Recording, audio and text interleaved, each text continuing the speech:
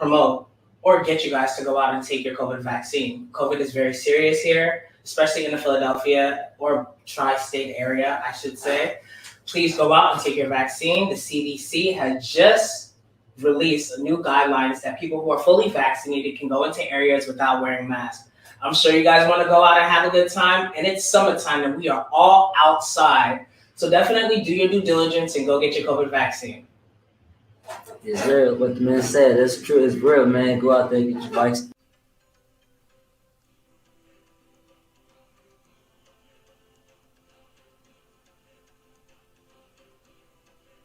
My name is Portia Kamara. I am the co-founder and executive director of the Multicultural Community Family Services.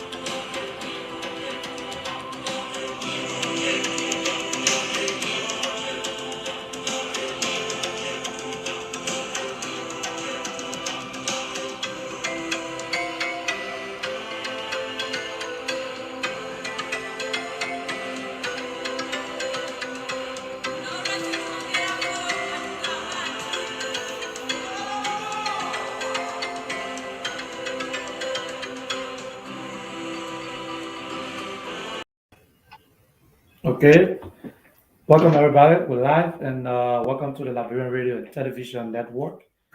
We're in studio. I got a guest in studio with us today, and we want to say welcome to our audience. We just came back from Charlotte, North Carolina. We had a wonderful time. I got my man in studio with me, Bobby. Bobby Crawford. Bobby Crawford. This is one of the strong partisans of the ANC, and we're in studio. He just decided to stop by, and we decided to do a little chit chat. I also have a couple of guests that are going to come in, and today's program, nothing big, nothing major. We just got out of Thanksgiving program, and we ate a lot of turkey. I know you ate a lot of turkey too. Well, I'm not the turkey guy, but yeah, I had other food, but it was a great Thanksgiving. It was good. Okay, so we ate a lot of turkey, and we just decided to come in studio and chit chat a little bit. Nothing particular on the agenda today. All we're discussing is we got an open mic. Anything that you think you want to, talk about, anything that's in your mind, what's on your mind, you can just be a part of the conversation. I'm going to put a number on the screen that you can also call and probably be a part of that. We have our special guests. We got two guests that are going to be on here. We got one of the strong member of the United Party. His name is Terry. I'm going to bring Terry on, and he probably will introduce himself better to you guys. So I want to say thank you for coming. Stay tuned, relax, and let's take our second break, and we'll come back. We're going to get the ball game rolling. So thank you very much, and just stay tuned.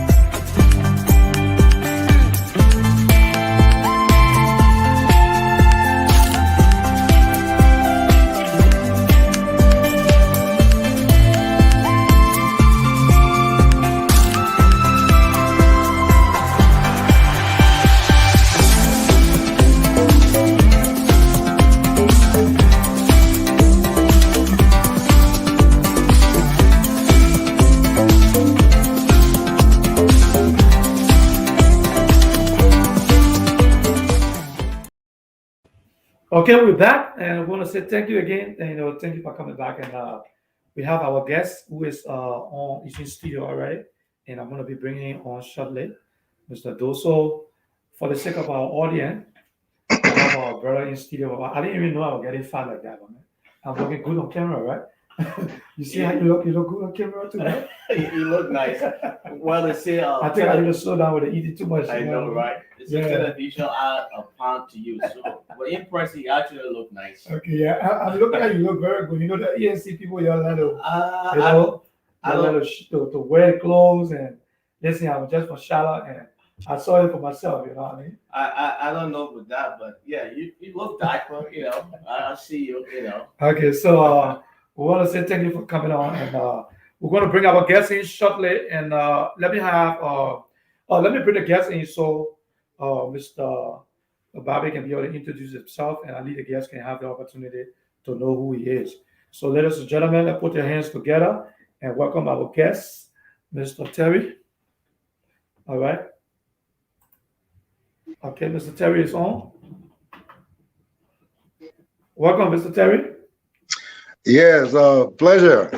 It's a pleasure to join you in the studio for us to discuss wide range of issue bordering on politics, especially with respect to our country.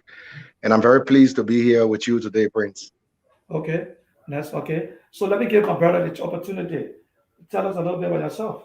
Well, my name is. But before I do that, I just want to give a disclaimer. Okay, I serve in no official capacity within the Hotel International Congress. I am just a partisan of the ANC.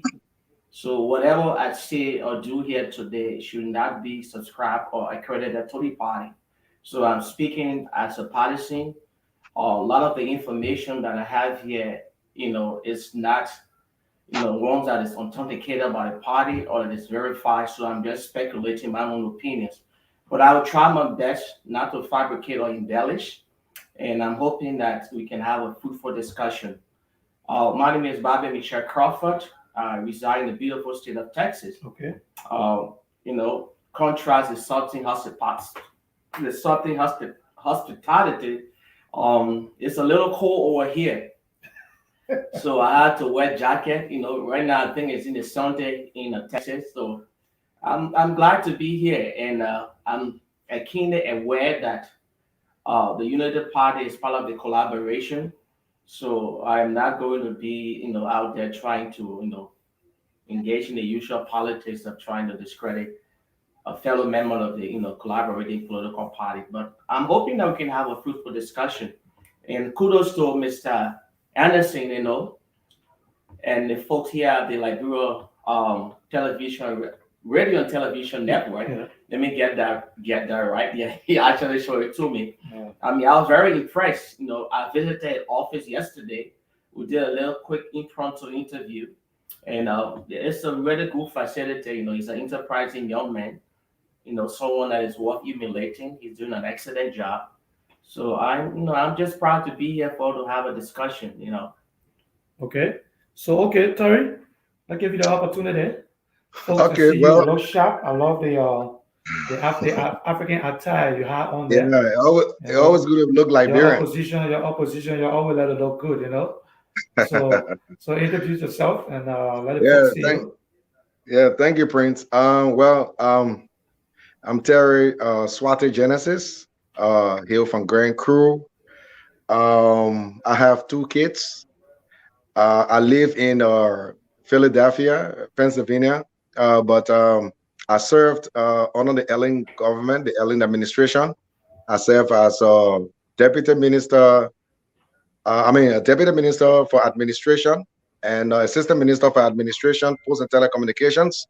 And then I was sent to the Ministry of Foreign Affairs as assistant minister for international organization affairs, which dealt with big international organization, UN, AU, Man River Union, um, all the UNESCO, all the international organizations. And then from there, I was sent to Sierra Leone to serve as minister counselor, as ambassador, and also serve as Shache. And then after, when the WIA government took over, the transition went ahead. After after few time, I was recalled by the WIA administration on the basis of the criticism that I had against the government, and my own dislike about we are being president of the country, and so I'll ask not to serve in the we are government, and then from there I knew that probably my life in like bro were being threatened or it's been threatened, and so I decided to take my family to the United States of America. Why I'm here is just that my body is here, but my soul is in Liberia, and I am following religiously activities back home, and I also run my own podcast. I used to be like very my man. I will have to come back because my somebody is calling me very important. Uh-huh. All right. Hello. Oh, okay. All right. So let's get back to Mr. Terry in studio, and I guess that he's gonna come back on because somebody got a call.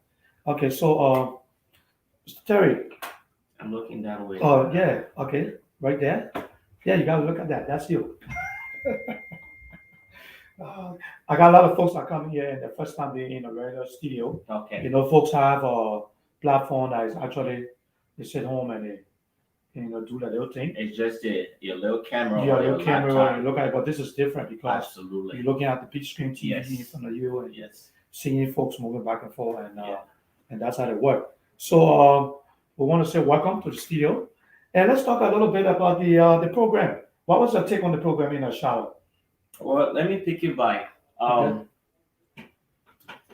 ANC Global was founded in 2019 Okay.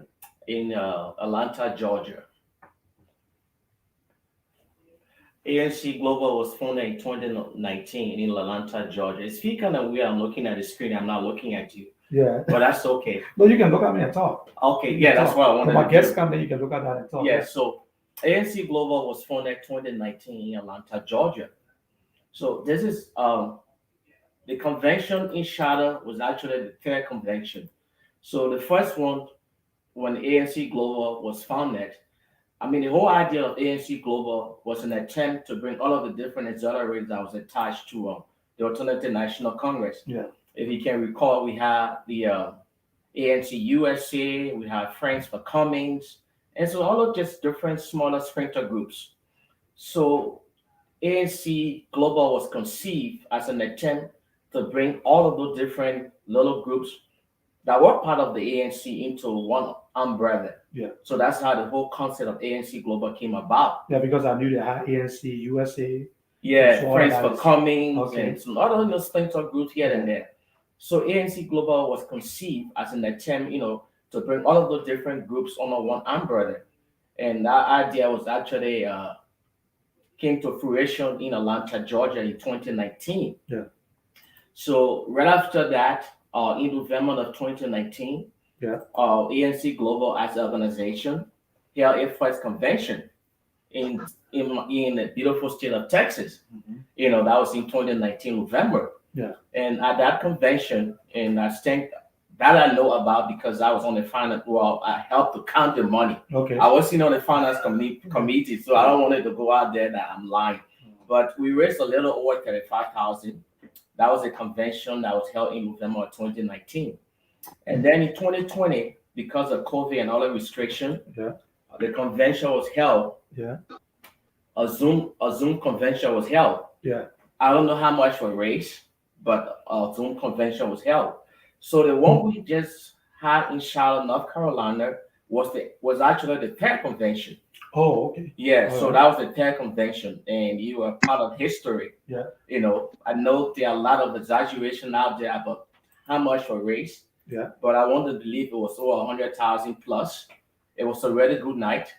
It was a 3-day event. You had Friday was the welcoming, Yeah. and then Saturday morning was the business meeting, and then we also had, of course, the convention, Yeah. and the guest Yeah. speaker was Mr. Wilmer Payne. Yeah. He's the mayor of the city of Montana. Yeah. So Yeah, it was I met it was a very good crowd. As far as my impression about it, what really stuck to me was people that came from far and near, not just within continental United States, Yeah. but as far as Canada, Canada. as far as Great Britain, the Norway, the Sweden. and to just come, pay for their ticket. The traveling these days is not cheap.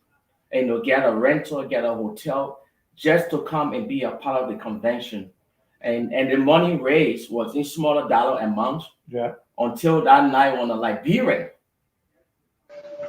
You were there when he Yeah. announced that he's gonna get $20,000. $20,000. I was shocked. Yes, and guess what? Yeah. He didn't write a check. He brought cash. He brought Yeah, I cash. was in You the had to video. have security escort to go to the car to Yeah. bring the I was cash. shocked. So that I in was really itself shocked. was captivating, to say the least.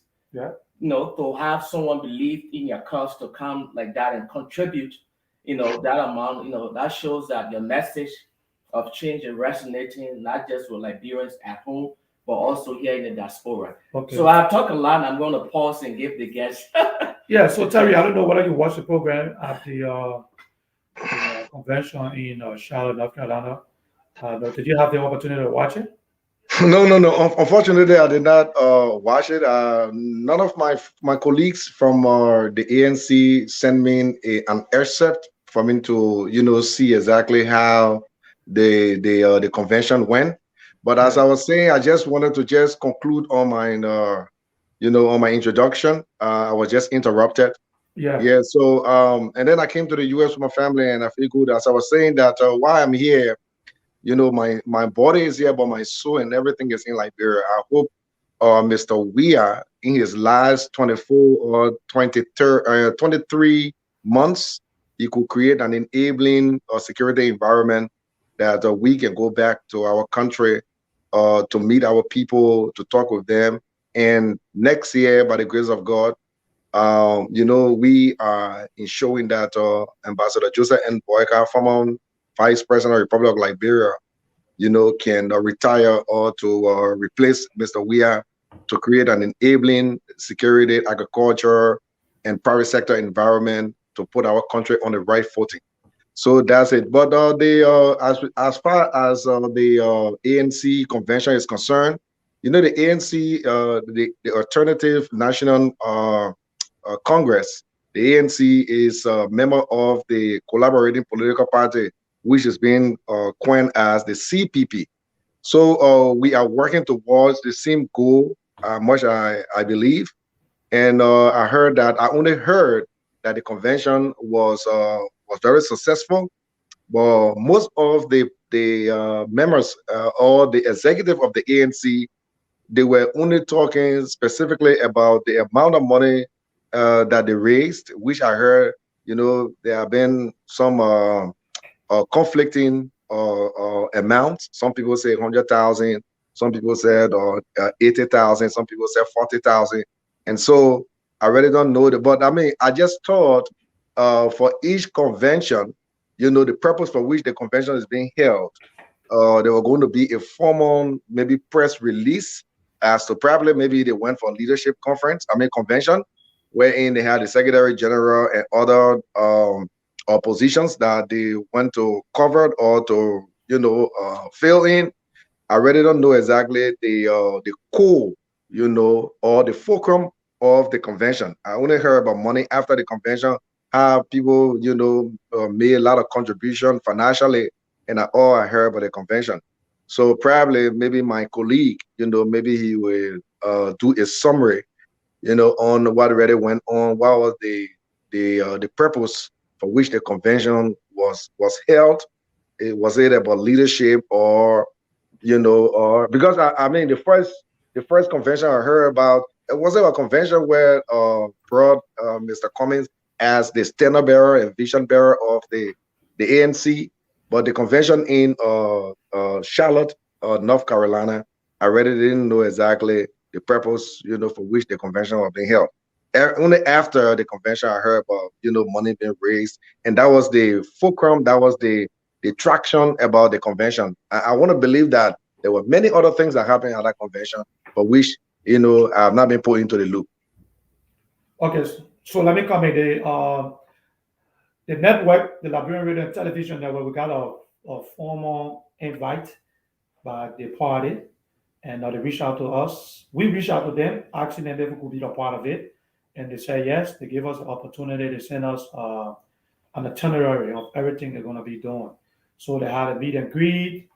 They had a business session. They had the fundraiser dinner, and they have a brunch for Yeah. the next day. Mhm. So that was the thing. I think the purpose was to raise some money. Well, if I And may, yeah, fine. Go if ahead. I may You can interject talk. a point, Yeah. to the brothers concerned in question, I just wanted to give him yeah. let him know what we as a network, what we did, the information we got. That's Mhm. what I was trying to put out there so my audience can be aware of that before you can come in. So you can go ahead and Also, the Yeah. convention was all about raising money. that's Well, that's well, to a point. Is it okay if I call you brother? I don't want You to can take call me it. Ambassador Genesis. Ambassador Genesis. Genesis. Oh, Genesis. okay, Ambassador Genesis. Okay, It's there on the yeah, screen there. I get that. Um, Convention typically is, where you have party loyalists gather together, Okay. to put forth ideas. And if there are some wrangling within the party itself, it can be shut closed door and to see how best they can chart a new course to make the party more viable. Not just the watered down version of a convention. So ANC Global is actually the financial arm of ANC Liberia. What we have here as Global, we just to raise money. I mean, simply put, we just raise money for the effort of the party in Liberia. The name convention was just coined so that we can be able to read to, sharpen our message and our operating procedure. So it's not a place where uh, the Senate bearership is discussed or is conferred on the party leader. So we basically just come together. It's just a group of diaspora in that Mr. Cummings' message has resonated with, and we put money together to complement the work in Liberia. So we're just complementing what ANC Liberia does. So when we say a convention, it's just our money convention. We come together, we have elected leaders and officials, that go about. We just raise funds. So when they say a convention, it's just a inter-party discussion to make sure that what we're doing is working. All of the different auxiliaries that we have within Global is functioning to the extent where we are financially potent come 2023. And if Mr. Cumming is engaged in any political work in Liberia, we want to make sure it's adequately funded. So that's the reason why Global exists. So it's not existing or to say, we going to confer or stand up barrier on this person. We have different resolution from all these different counties, to have an intake on a convention. No, it's not a traditional convention, to put it lightly. It's really not. It's just a business section that we come together to see how best we can put our financial resources together to complement the work of ANC USA in Liberia. So that's what it is basically. Okay, so we have I've been trying to see if we could get our brother Fred Bill on the line, but unfortunately, he say his mic is not connecting. So I have him on the phone. So Mr. William, welcome to the Lrtn Live. Thank you, sir. Okay, so we have a guest. I don't know if you can hear the guest, but we have a guest on which is Yeah, I follow both of them. I follow. I mean, okay. listen to So both of if you them. can listen to him back there and you hear what he's saying, because I will not be able to have the audio in the studio.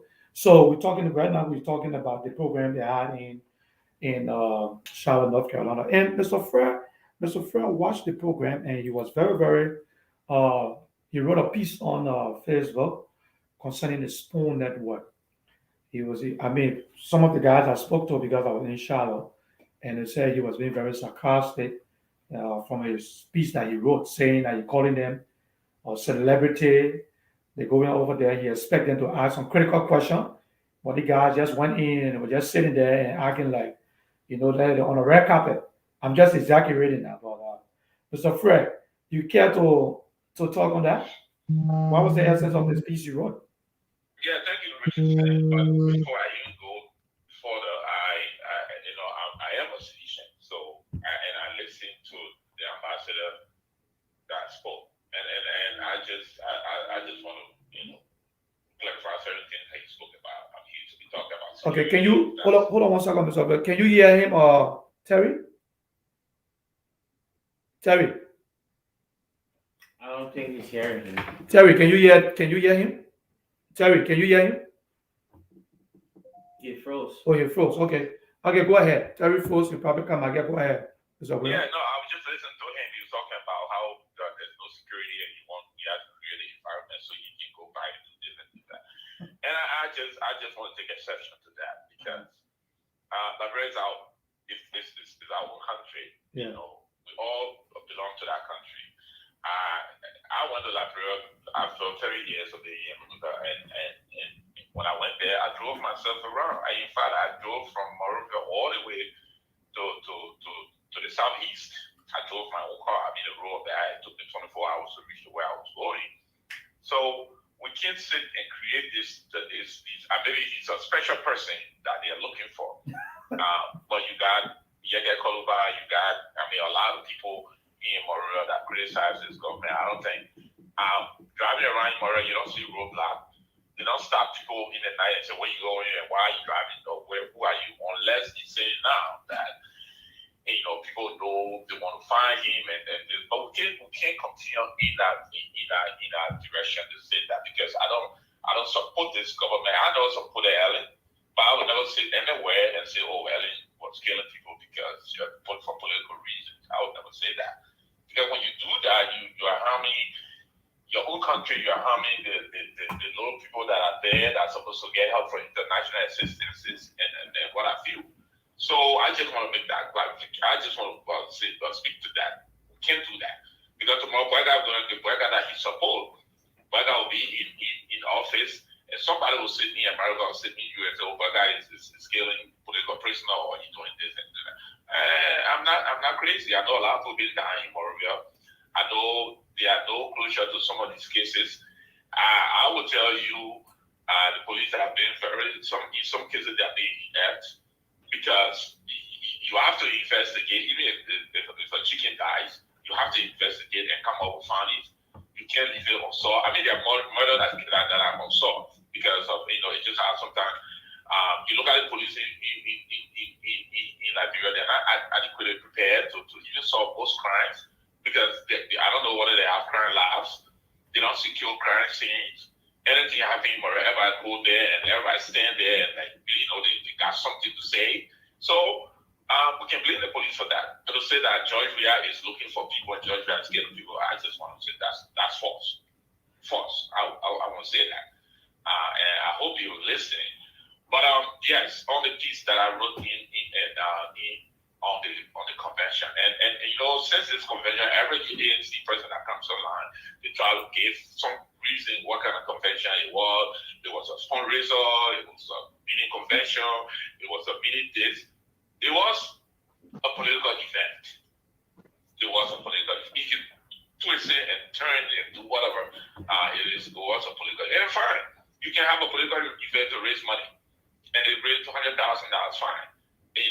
That gave them a lot of money to go back there and do whatever they want to do to us. And we decision, we are ready for the challenge. Whoever comes out of the CPP or who the ANC decides to go alone, we are ready for that.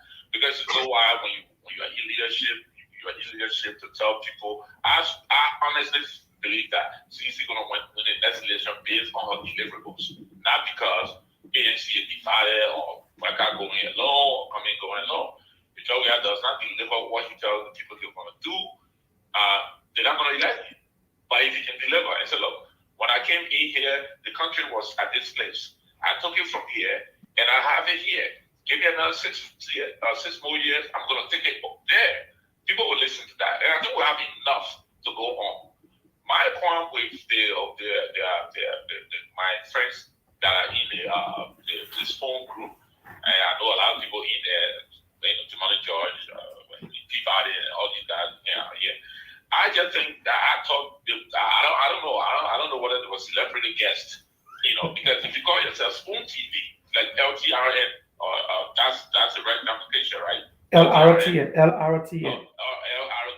Yeah. When you went there, I know you had a platform, you had a space. You sat there, and I know your cameras were on. Yes. Even if they didn't give you that, but that's why you went there. You wanted to put back to your audiences around the world, telling them what was unfolding. I know you tried to get an interview with the Comey himself or other people that hosted the Yes. You want a live interview. You didn't want anybody to tell you, say, oh, this is that. What's the name, sir? The one who is from BNC, that's all. Oh, that's Bobby. My name is Bobby Crawford, sir. Bobby Crawford. That's Okay, Mr. Crawford. what Bobby is trying to do, you didn't want those second-hand feed. You wanted to be there for yourself. You wanted to listen to the political speeches. You wanted to see who was saying what and what kind of crowd was there, the audience and everything.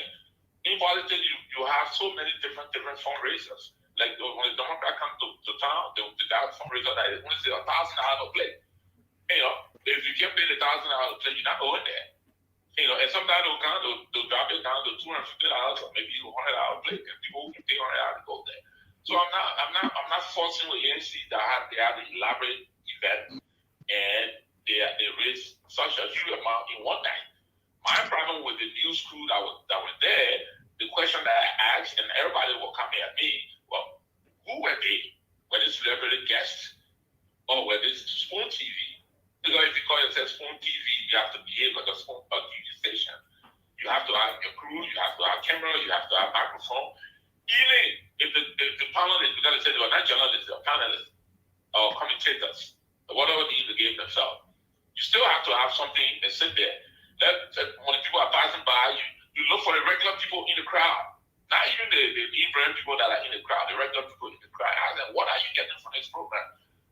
Mr. Comey said this. Look, every political person that comes to Philadelphia or comes to America, when I have the time, I go there. I will with Comey's in Maryland when the first 2017, that time right there. I saw again what they put up. When he came out of Philadelphia, I was there. When brother here recently, I went there. Yeah, I saw you there. Yeah. Even when Dylan King, when you're not even senator yet, you're trying to go in, I went there. Because you know why? I want to hear for myself what these people are saying, what they are promising, and how, as a citizen, I can find a counter to that. So for Spoon TV, the whole crew, the CEO and everybody will go there and dress up like they were, the celebrities, and people want to take picture of everybody want to take picture of them. I thought it was bad for Liberia, not for anything, but just for Liberia. Okay, Mr. Fred, let me hold you right there. I don't know the arrangement that was made with Spoon and the ANC, but I know that I was invited. That Lrtn is mostly based in the States. Most of our work, everything is done here. So we have an all-star crew that usually go out and we bring everything live to our audience for them to be able to see and know exactly what we're doing, which we did. We did cover a lot of programs, we interviewed, we did a whole lot. So I don't know the arrangement that was made with Spoon and the ANC. So I would not be, I would not come out to make any conclusion or come to something to say because it's Spoon. Yeah, before you come in. CNN can be invited however way they can invite CNN, or they can invite Tom Brokaw, or Chris Jenny, or whatever the name that I have. We think they can just be invited as Now, let's say they are having an award show. You see CNN, the reporter, and they went to the Globe, whatever BC they can have in LA, California. Maybe those are different. But let's say the National Democratic Party were having something, or the RNC were having something. How else will CNN or ABC or whoever, how are they going to show up? Even if they invited them. Okay. All right. Let me give Mr. Crawford this opportunity. Well, something Brother Fred said that struck me about, I think if you hear from the topic, because for the past few seconds we've been here, we had no discussion about the activities of the CDC. As tend to be correct, and it was just about convention. Yeah. But something he said that struck me, that we can't say X, Y, and Z about the government. It doesn't look good for our country. Yeah, that's why he was talking about Terry. Yeah. Terry was saying Terry said it, but it struck me. You and I live in the West. Okay. That's Stratford is free speech. We all have different political orientation and biases. Correct. You understand? If I'm an apologist for a political institution, anything that political institution does, I will be an apologist and I'll find an excuse for that party. You don't expect certain segment of the population to share your political view. And you understand? There's unity in there's diversity, whatever they call it there's unity in diversity. You understand? You always have advisory opinions. And you understand? That's how a society operates. All right. With regards to what Spoon did, I can't speak for Spoon. I think that's not even the question here. But I want to believe that they didn't go there in any official capacity. That's what I don't know. Just had they pay a courtesy visit to the VP Barkite at his residence. You remember they had Spoon official, even Peabody was at the. They went there and they had an interview and they went live. Yeah. People watching, they asked some questions. So what Mr. Fred is saying, he wanted that to be reciprocated. The same thing should be done at the how the media institution operates is their modus operandi, but what I'm trying to say here that struck me was he saying that we can't say X, Y, and Z about CDC. And we're gonna go there. I mean, so let me bring. You can tell me I cannot say this about school, but I cannot tell you cannot say this about CDC, right? Okay, so hold on. Let me bring Terry. Terry, I think you just came back in, but I think you listened to Fred, right? You saying no? I heard him partly because I've been having some calls because a lot of things happening here, so I've been having calls on interference. But what was he saying? You were talking about you leaving the country because you're afraid, and I want you to repeat yourself that you had to leave the country because I don't know why I can hear this guy, but I don't hear Terry. I don't know what's going on. Oh, do you have let me see. Yeah, you are not hearing, but he was talking about. Hold on one second. Yeah, I was talking about the reason for which I left and I left Liberia and came to the United States of America. I don't know whether he's getting me clear. Yeah. But I was saying that I served. Are you getting me? Yes, you're getting. Yeah. So I was just telling Prince, the guests there and the audience, that I had to leave Liberia in a very unsatisfactory way on the basis of hello. Yeah, go ahead, Terry. Yeah, on the basis of the witch hunt by Mr. Joshua Weah, McGee, and a few other security guys who had just got to power, and I had to leave. It was very much unwilling, but due to the unfavorable security environment, that was created, my life was in danger. Unfortunately, in fact, Mr. Weah had told the former Minister of Foreign Affairs, Honorable Western Guy Finlay, and McGay. He told McGay that he did not want me because he heard that I was in Sierra Leone serving as a minister counselor. And first, when I went there, I was serving as Shache, who is like a deputy ambassador, taking over the mission. And Mr. Weah got very furious because from 2005, after he and myself we met, and I told him that I had no interest in supporting him, as president of the Republic of Liberia. I mean, he didn't win that election.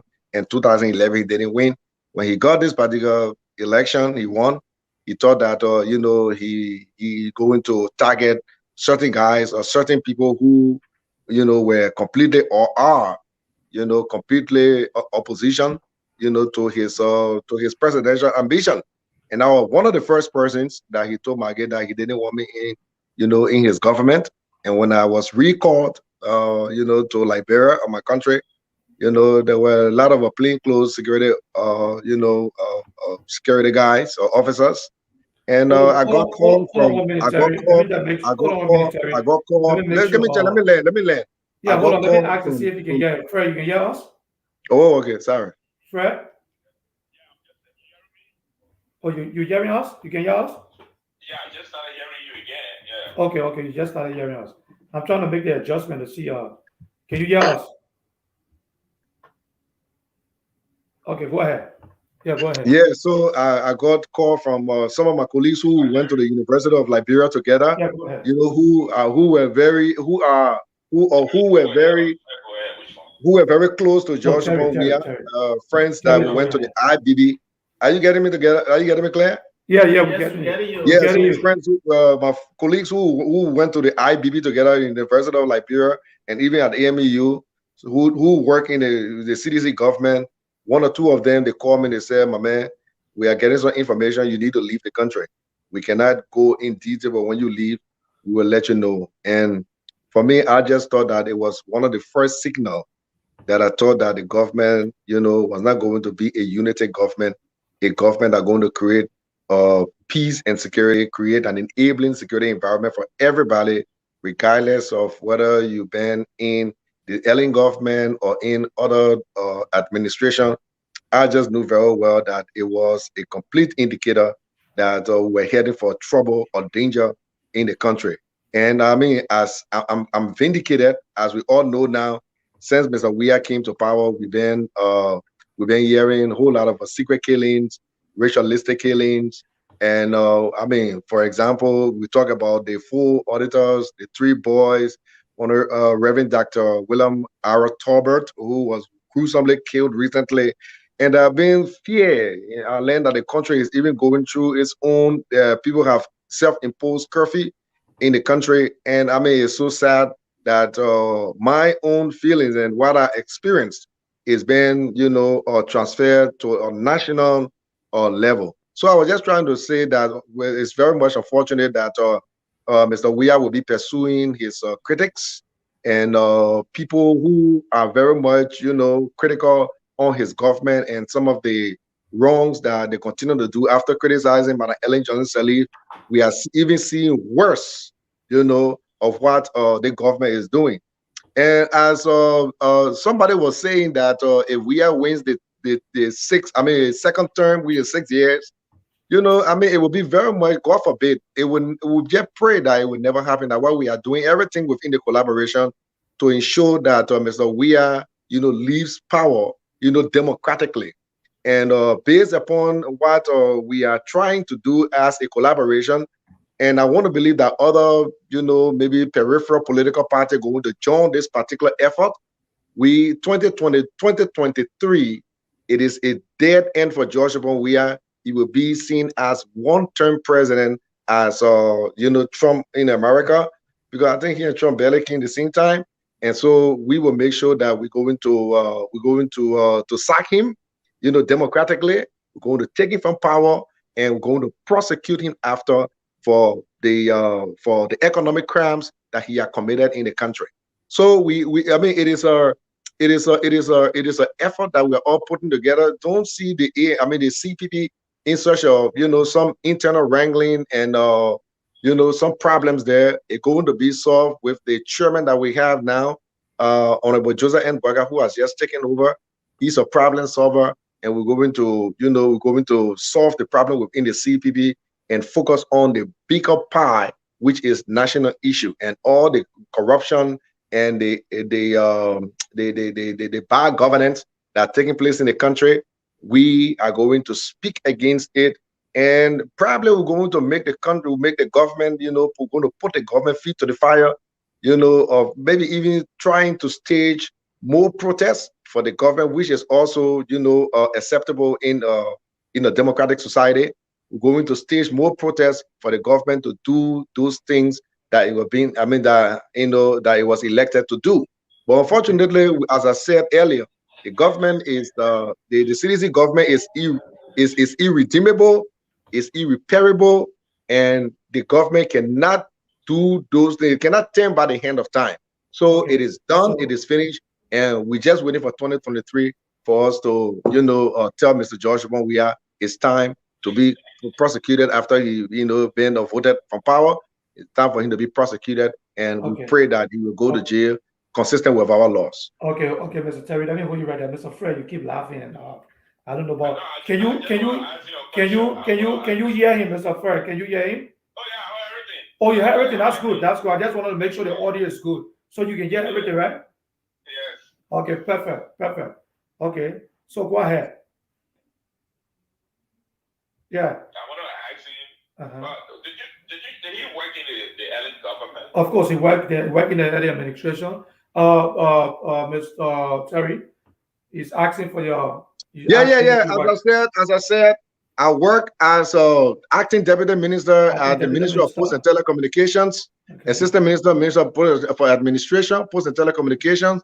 Went to the Ministry of Foreign Affairs, worked there as assistant minister for international organization affairs, and before the transition took place, I was sent to Sierra Leone to serve there as a minister counselor.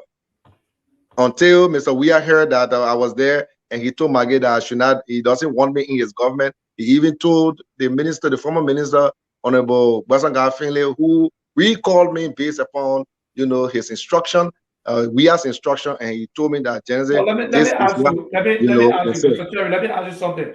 Why Yeah. would the Weah administration want to pursue you? No, that's not the Weah administration. That's the Weah administration. Yeah, but it's about George upon Weah. Everybody Yeah, knows but that. why would he want to? Why would Yeah, he that's what I'm want trying to to tell you do now. something? Weah is a very vindictive character, very vindictive, very wicked, and he's an individual who does not Don't you forgive. think that's so We the all worst? know that. Don't you think it's so hard? Don't you think No, it's it's not so? hard. It's the reality. We have to take the hard shot. It's the reality, and it's the kind of a person, the character that he's made of. He's that kind of a character. He's very vindictive. If we start to enumerate the examples, to corroborate our point, we will not leave from here.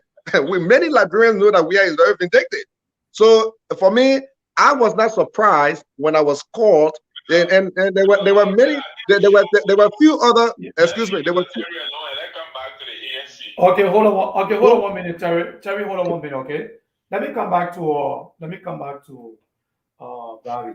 Yes, sir. Barry, I listened to Mr. Cummings. I don't know you. I was at the place when you were speaking, and Mr. Cummings was saying that one thing he said was our message. It's interesting you said a message discipline. He said message. He talked about message. We gotta be very disciplined, and we gotta respect people. Absolutely. We got to be able to meet people, talk to them. Yeah. I listened to it. Maybe I'm not quoting it exact, but he said that when people insult me, I don't want you to insult them back. Yeah. You should be nice. Okay. So what would you say to that? Okay, because I listened to Mr. Fred. Fred talked about Terry, the way Terry is talking about the president and talk about people after him, and he's saying stuff about the president. What would you say to that? What would you say about that? I would say this with regards to ANC message discipline. Okay. I think Mr. Cummings was referring to those that occupy official position within the Alternative National Congress. Okay. We have this blue app. Yes. Today, by Michelle Crawford, I can go on. I say whatever I want. I am not sanctioned, and nobody's going to regulate what I say. Yeah. But in the interest of cordiality and being civil, and if I sympathize with a party and the party leaders say, if you like me, this is what I want you to do. It's not binding that I do that. You understand? But in the interest of, just adhering to what he told me, I'll go ahead and do that. Well, what Ambassador Terry is saying, you don't need I don't want to, you don't need it doesn't take a rocket scientist to know that, our people are suffering. And you understand? I always say that one of the best indicators to know a country that's doing well is how the people, the day-to-day living of the people. It is not the infrastructural development. That can be a plus.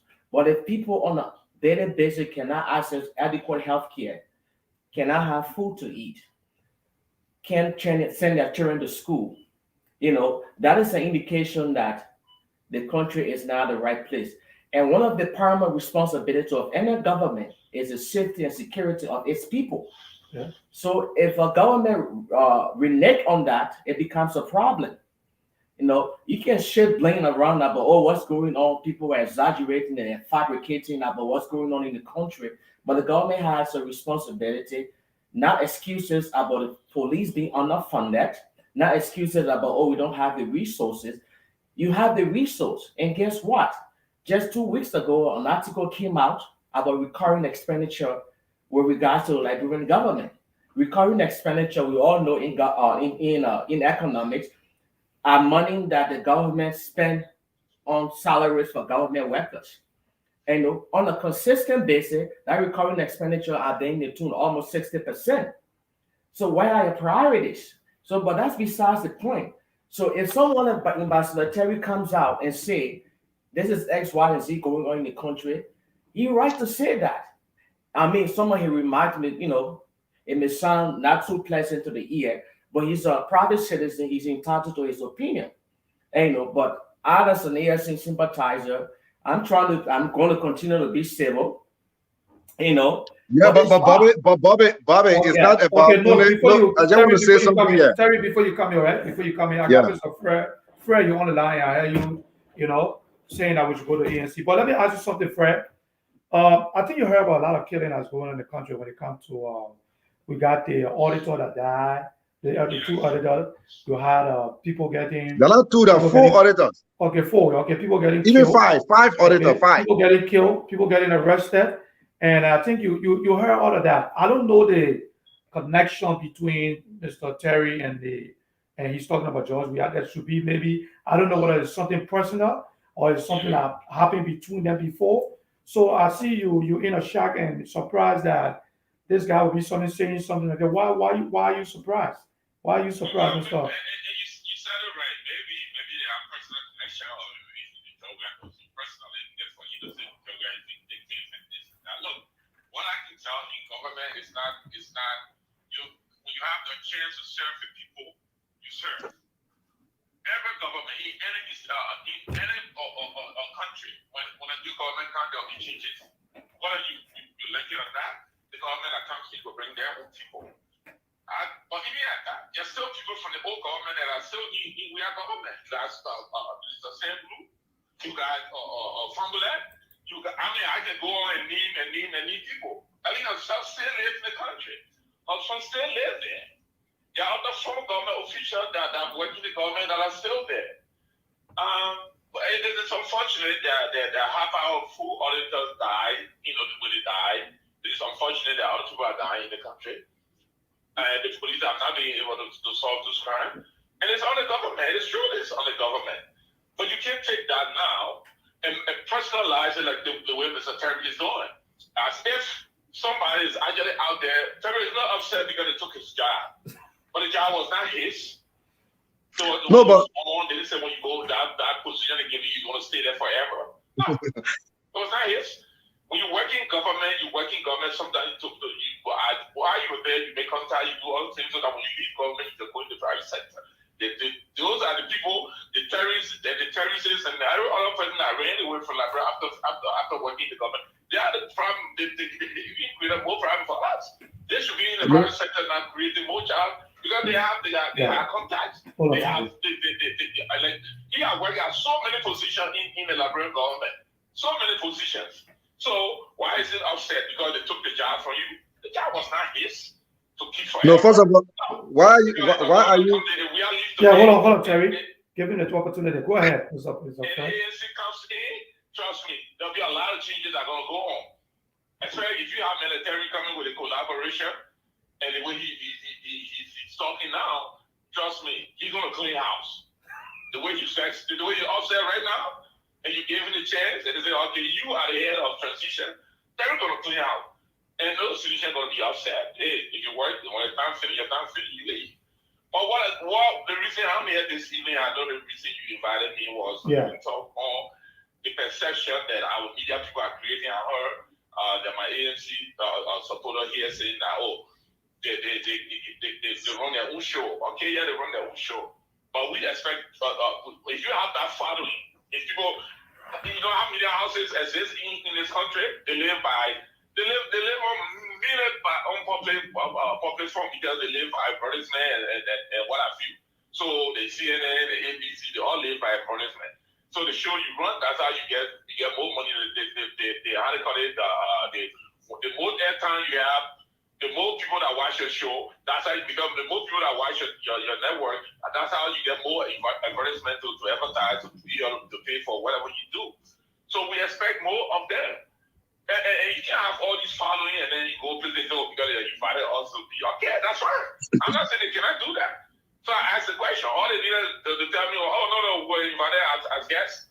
It was not our place to go there and as media houses. I said, okay. I want to ask a simple question. Okay, Fred, let me come in. Let me ask you something before I can have Terry to come in. I saw you at the Ambassador Walker town hall meeting. You was there.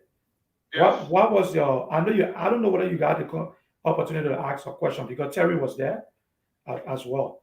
I don't know whether you had the opportunity to ask a question. Now, what was your take on that program, and how did you How do you see the program? This is just for the audience that just coming up. This is an open mic. I have Fred on the line, and I have Terry here with me. Also, I have my brother Bobby in studio as well. So nothing is out of bounds. So, Yeah. Fred, what was your take on the program at the town hall? Did Mr. Walker answer all the questions? Were you satisfied being your citizen? Well, I mean, I think, and let me reintroduce myself because when I came here, I heard Terry introduce himself. He had a long introduction. So I'm just a simple guy. My name is Fred Boyd, and I'm former president of the Ghanaian Association in America, now Okay. president of the Ghanaian Association in the diaspora. Okay. I am a full-fledged citizen. If I decided citizen in without 2024, 2004. In Minnesota, then we came to Philadelphia, and I served my former chair for CDCE 2005 to 2000. So I just want to make that clear. Yes, I was at the Guarda program. I was impressed by this time, the crowd that he was doing to bring together, the caliber of people that he brought together. I was impressed. I can see that. That very church that Guarda went in our church, and we're not even 50. We're not even 30 when went in our church. I was impressed with the caliber of people. That's how you set up political campaign or organization and what I feel. You don't take it and go into some preppy little place and everybody that come there low. Now, if you go in there to raise money again, that's different again. So ANC things that was going maybe they wanted to raise money. But the questions and answer and the way I thought the handlers of Waka they didn't give me the chance too much. Like they were controlling what people can ask. I was on the line for the longest. I want to ask you a question. And since Terry is on this line and since you work in the government, maybe I'll ask my question here and Terry can answer it because you work in the government of Waka. The question I was going to ask Waka because when I was at the program, Waka kept referring to the investment. He want to bring in investors. Investor will not let that. So when I stood on that line, the question I want to ask Waka was a simple question. Mr. Vice President, you talked about investor here more than 50 times. What was the investment climate in Liberia when you were Vice President? What was the climate? How many investors were in Liberia when you were Vice President? What happened to those investors that were in Liberia when you was Vice President? They didn't leave the country because of Georgia policy, and how many of them are left? I thought that was going to be a perfect question for you to answer because you're talking about bringing investors. But you're just Vice President like 4 years ago. So what was the climate? What was the investment climate in Liberia? How many investors were there when he was Vice President? And how many left because of the policy of Georgia? Maybe Terry can answer that. Because Terry was Yes. Okay. So let me just answer that before. Terry on. Terry, yeah. Terry. Yes. Yes, let me just answer that before I go to my friend Bobby to just give him a piece of advice for him to take to Mr. Cummins. The first thing here is that Ambassador Joseph N. Boyka, are you getting me? You can hear him? Ambassador Joseph N. Boyka or Vice President Joseph N. Boyka, are you getting me now? I go on Facebook. When I go on Facebook, then I hear you. So let me go back on Facebook. Okay. Go ahead. Yeah. All right. He will have answered your question, in this light. Yes, during the early administration, the government, because the government was a credible government, and Madam Ellen Johnson Sirleaf had, vast international connection. Yes, during the administration of Ellen Johnson Sirleaf, there were many, investors that came into the country. We had a lot of concessionaires in the country. We had the B Mountain, we had the Buchanan Renewable, we had the Metal Steel, we had Semi Darby. We have several, concessionaire, operating in the country, and because of that, it creates. Hello. Yeah, you say you on Facebook, right, Fred? Something is like the program is frozen. It's only on the what's the name, the ANC body talk. So I don't know what's going on. Okay. By my hearing. Oh, you're not So hearing you're me? not hearing me? You're not getting No. me? Yeah, because you were just hearing earlier. I don't know why you're not hearing it. Well, I don't But know. So, hold on. President Ambassador Boga, who have enumerated or we have named some of Let me see if the I can do some investors or the adjustment here. investment that we attracted under the Ellen Johnson Sirleaf government, and because of that, it created an enabling private sector environment, and it created thousands of jobs, if not millions, thousands of jobs, for Liberian people. Unlike what we are seeing in recent time under the administration of Ambassador George upon we are not much. We don't the private sector environment, it is not enabling. In fact, some people say the whole private sector environment has collapsed in the country. Jobs are very scarce in the country. The way in which things were moving since Mr. George Weah came to power, he has broken all the gains that we have made. He has broken the institutions, those strong anti-corruption institutions that were creating, the impression, from the outside community or the international community to attract investment in the country.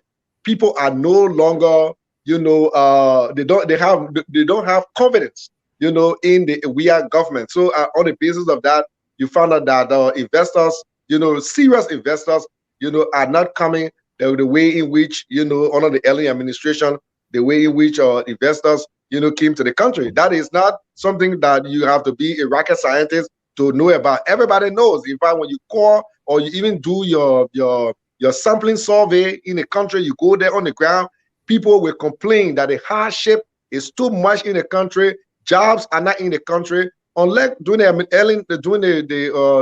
Ellen administration, at least you could find people leaving from Monrovia, going to Buchanan Renewable, going to the B Mountain, going to the Semi Darby, going to Mittal Steel. There were a lot of, even some of the international religious organizations. They created jobs. There were a lot of international religious organizations and NGOs in the country. So things were booming. And then you have all male, that have force in the country, and the money. I mean, you just see the elaborate economy. You were just rolling, and people were making their lives. People were bringing food on the table for the family. So unfortunately, it is not happening under the administration of George Weah, and the government itself.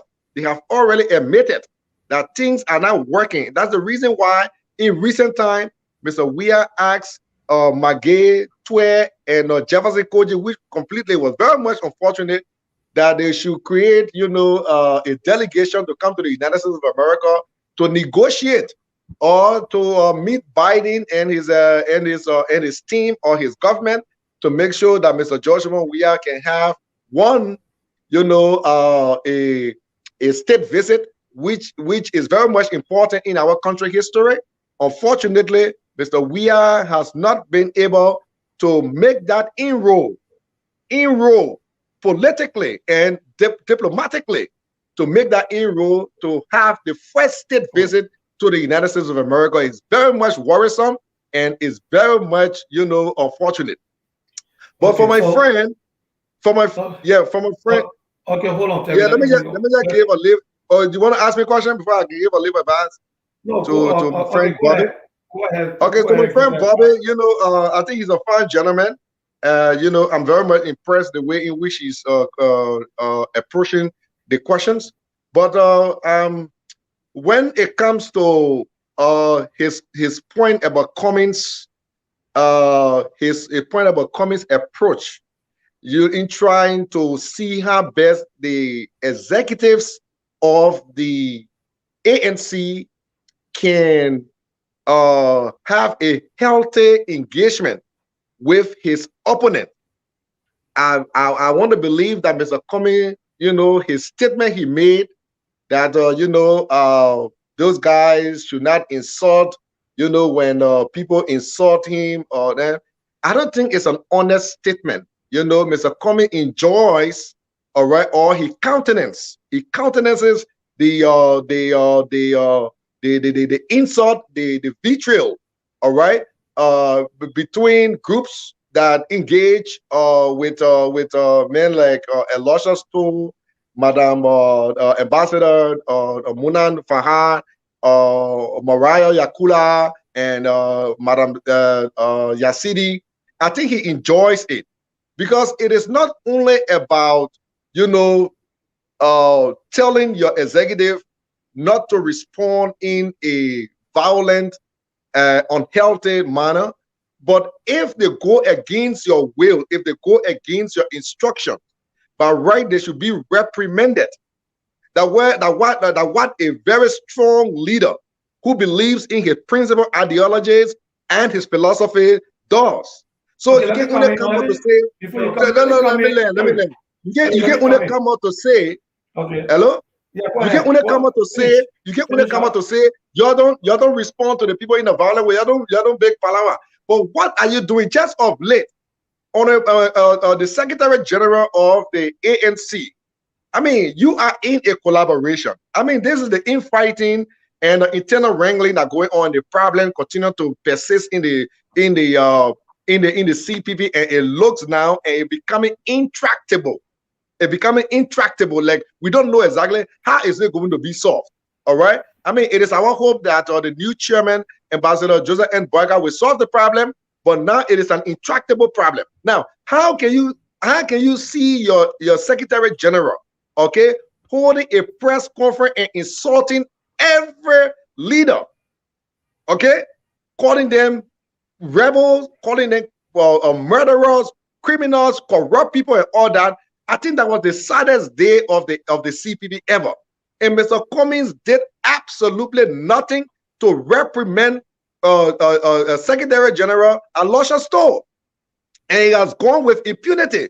Now at the convention, which I don't call the one that was held in Charlotte, North Carolina, I don't even consider it as a convention. I think it was a fundraising program, but it's been misinterpreted and misread, all right, and mispresented. Is that a conference? I mean, is that a convention? In a political term, a convention is not like that, all right. Okay, Terry, But let me we hold you accept. there. Let me hold you there and have Bobby to come in, Bobby. So But I have not landed now, so Bobby can come in. I've not landed. Okay, So I just want to so learn to say. I go just ahead. want to learn to say No, that I got a this is question to this is ask you. a Go piece ahead. of yeah. Go This is ahead. a piece of advice, for my friend and brother Bobby, to Okay. take it to Mr. Comey if he has some closeness to Mr. Cummings, to just tell him that look, I think he needs to be more. He needs to be very strong, and he needs to put his feet to the fire to start to take action. So when people see it, they will say, "Oh yes, when Mr. Cummings becomes president, he will not only talk about these things, but he will act on it." I Okay. rest my case. Okay. Let me get you a chance, Bobby. okay, initially when we started this interview, I gave a disclaimer Yes. that whatever I'm uttering or saying here today, I'm not speaking in an official capacity as an official of the Alternative National Congress. Um, I'm a partisan. I subscribe to the ideas and aspiration of the Alternative National Congress, and I see a better candidate in Alexander Benedict Cummings. But here's the thing, and I'll just go piggyback to Fred. They have this thing about the divide and rule, whatever scenario, right? I think Fred was trying to throw a jab about the crowd that was at Buakai's place as opposed to Cummings. So Cummings. And I'm not going to buy that. I'm not going to go down a rabbit hole. We all know that we live. Our politics is toxic. It's so polarizing. I don't live under the rock. We can go and on. We pick certain character, that have engaged in making derogatory remarks against certain candidate, and the blue out and fire is giving us a platform where we can go and say whatever we want. And with the exception of Alasha Toll, who is the Secretary General of the ANC, Mona Fahad holds no official role in the ANC. ANC USA is really not a viable now as compared to ANC Global. But I will say this, talking about holding people, responsible for what they say. Yeah. Henry Costa, he insults But why can't you answer the question first? Answer the question first when you talk about Henry Costa. We cannot answer question, my brother. But listen, he said. You gave me an advice. You gave me an advice. Yeah, but you can't address the situation. So are you going to accept it that what Mr. Cummings did was absolutely wrong? He didn't do anything wrong. He did not do anything wrong. Mr. Cummings failed to reprimand his Secretary General after that particular very toxic conference that he held, insulting everybody. Listen now, that's your characterization. Terry, get up. But you didn't hear it. You didn't hear it. You didn't monitor the press conference that day. Terry, Ambassador Terry, that's your characterization of the press conference. Like I said, if you just pause for a minute, we all have biases. You understand? That's how you view it. I did not view it as such. That press conference couldn't have been held in the first place if the lie wasn't concorded by Mr. Benanda Ure, if you want us to go there. You call it a lie? This is what I'm trying to avoid. Yeah. Terry, I did not come on this show to be combative. Whatever I'm doing here, I'm just trying to compliment. I was called on to talk about the convention. Yeah. I'm keenly aware about the vitriol, the hate, and all that exists, the wrangling that exists within the CCP. And I've yet to see the so-called wisdom and leadership. And in fact, the person that have been unleashed as a political junkyard dog, for lack of a better term, is the person who's heading the effort of the old man visit here. And he goes on the blue app and say all of the negative. I don't even want to go there. We all know how it goes down. So if you can, in your wisdom, reprimand that in the spirit of whatever, say, you know what? Let's stop this. Let's pause. This is not right. Even though this man is not reprimanding a lusher tool, as you claim, and he had a toxic press conference, I'm going to do my own thing because I'm the wise man here. Then that begs the question. Now all the advice you take from old people, foolish people grow old too. I'll just throw that jab out there. But I didn't really come here to talk about the wrangling that exists within the CCP. Then we'll take our eyes off the I'm not.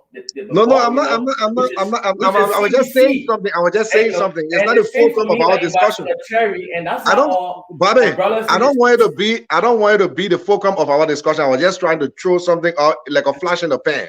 But we cannot make it now to look like it's a fulcrum. I was just saying.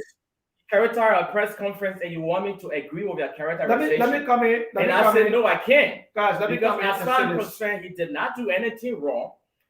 Whatever you saw happening shouldn't have happened in the first place. Okay, let me come in. A lie was concorded by Mr. Benanda Ure that a document was altered, and we have found out it's not true. Let me come in. And then based on that, the main character was being imputed upon. And he cannot defend himself. And he said, well, so are you saying that? So are you saying that Mr. Toh could not defend? So are you saying that Mr. Toh could not explain it to the people without vitriol or without spewing invectives? At the colleague leaders.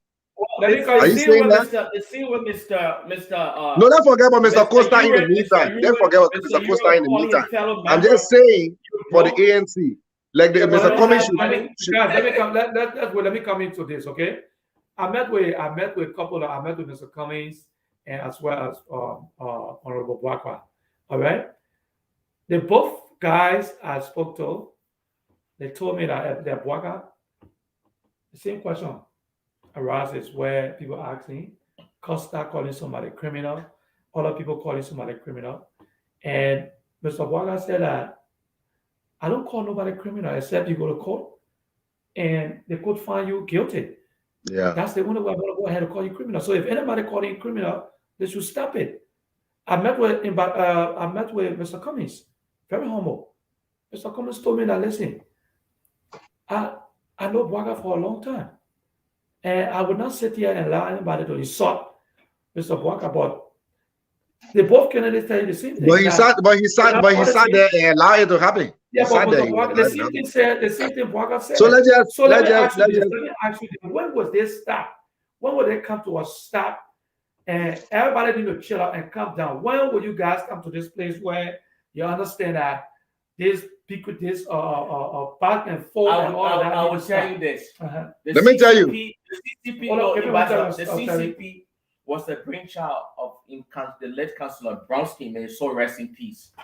When we initially found that this is where the mistake came about. It should have been spelled out because it was one of those things like it was one of, even though they had that framework, they have the document and the spirit of the document. The intent was to make, and this is being just my own speculation. This is not an official stuff. Ambassador Boakai will go as president, and Mr. Cummings will accept the VP position. So when it was found out, that was their understanding, at least the UP folks. But then they found out there was a new kid on the block who's ambitious. And he's like, no, I'm not going to do this. I'm going to run. There's going to be a competition. That's where the whole Walahalla came from. Yeah. And that's where the whole Walahalla came from. Okay. Well, hello. Caller, you on the line, right? Hello, we got a caller there. Yeah, hello, caller. Oh, okay, you already left. Okay, back to my statement. That's where the whole Walahalla came from, and it starts saying, "Oh well, he just got on the political scene. Why he don't want to be vice president?" It's the same people that say, in fact, he's not good to be anything. Well, he's good enough to be vice president, but he's not good enough to be president. What's wrong with competition? And then that begs the question: if you're saying someone is greedy for power, someone is so ambitious. Okay, let me hold you there. We got a caller yet. Yeah, caller. Hello. Somebody's trying to call in. Yeah, okay, you will call back. Yeah, go ahead. Well, someone is greedy for power. Like I said, I really didn't want to go there. Then what that makes of someone that's been a government bureaucrat for over 42 years. And you understand? I mean, it's like night and day. So if you're telling me the best measure of success is based on past behavior, and you understand, there is nothing. Say we want to go there. There is nothing, absolutely. I'm from Lofa County. I am a member of the Zaza District Development Association. I put it out there. It is an association within the district of Zaza. I serve as a media director. It's okay, I can say that. The Lrtn Current Hospital, the workers went on strike because there was no pay for them. That little association, we collected a little over $18,000 to incentivize the workers to go to work. It is the same hospital. My twin sister was birthed at that hospital. It is that same hospital Mr. Cummings donated $5,000 to. Boakai is from Lofa County. Not a penny was given from him. Not a penny. You understand? People ask me, well, the politics in Liberia is trouble. You so trapped. Why are you supporting this? Oh, you don't understand this. This is how it's not about that. We have to, wean ourselves off this political patronage, the tribal politics, and the cronyism. You feel comfortable with certain candidates, and you feel they have the panacea to the problems that ail the country. Okay, let me hold on. Let me hold you there. Hello, caller, your name and where you calling from? Yes, hi, this is Derek Passaway. Okay. Hello? Yeah, go ahead. Go ahead. I can hear you. Yes.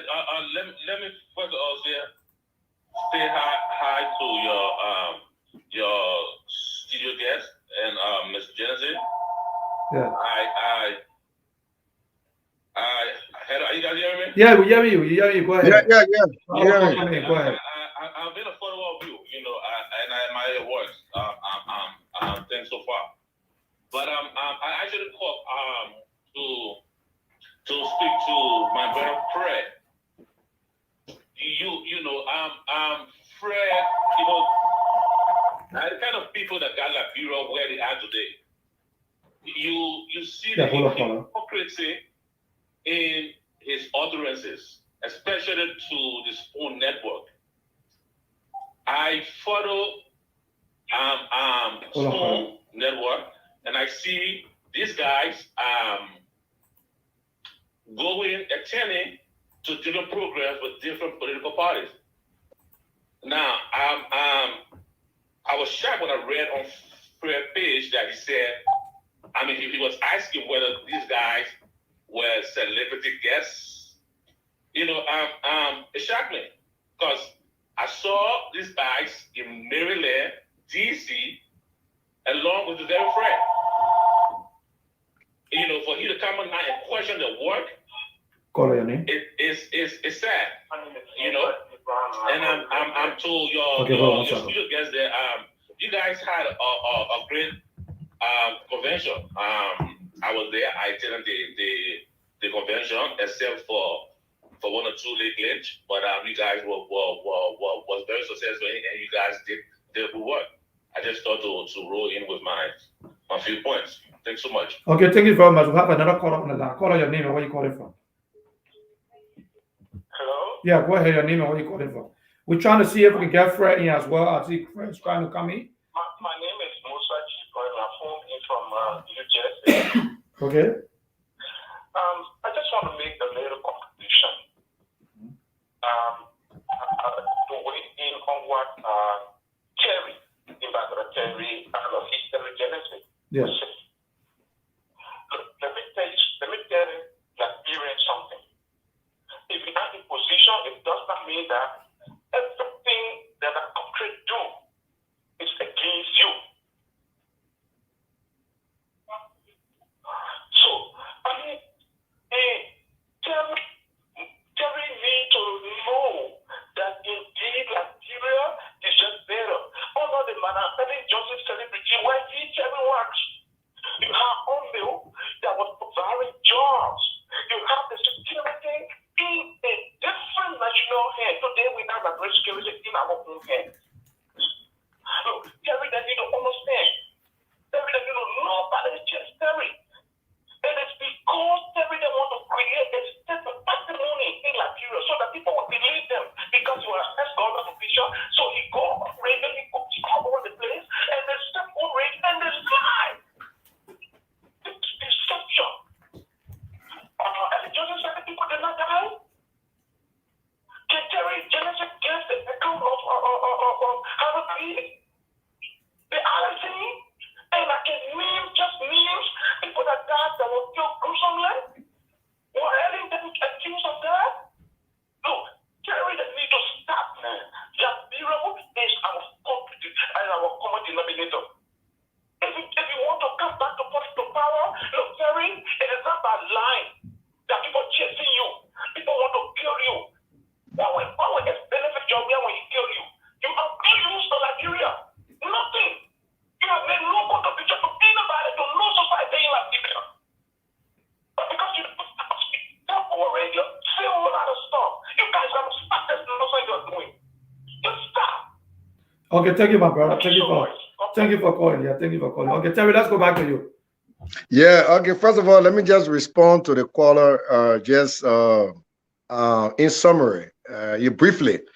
The first thing is that look, nobody will create a situation just to portray themselves as being the government is witch hunting them, or the president is looking for relevance. I've been in government for over almost 12 years, and there is no other relevance that I'm looking for. I mean, I just don't want to belabor this particular issue about his pursuit, against people who criticize him, the way in which he goes about trying to witch hunt his critics. Everybody knows about that. Everybody knows about that. It's not something that we're trying to make up.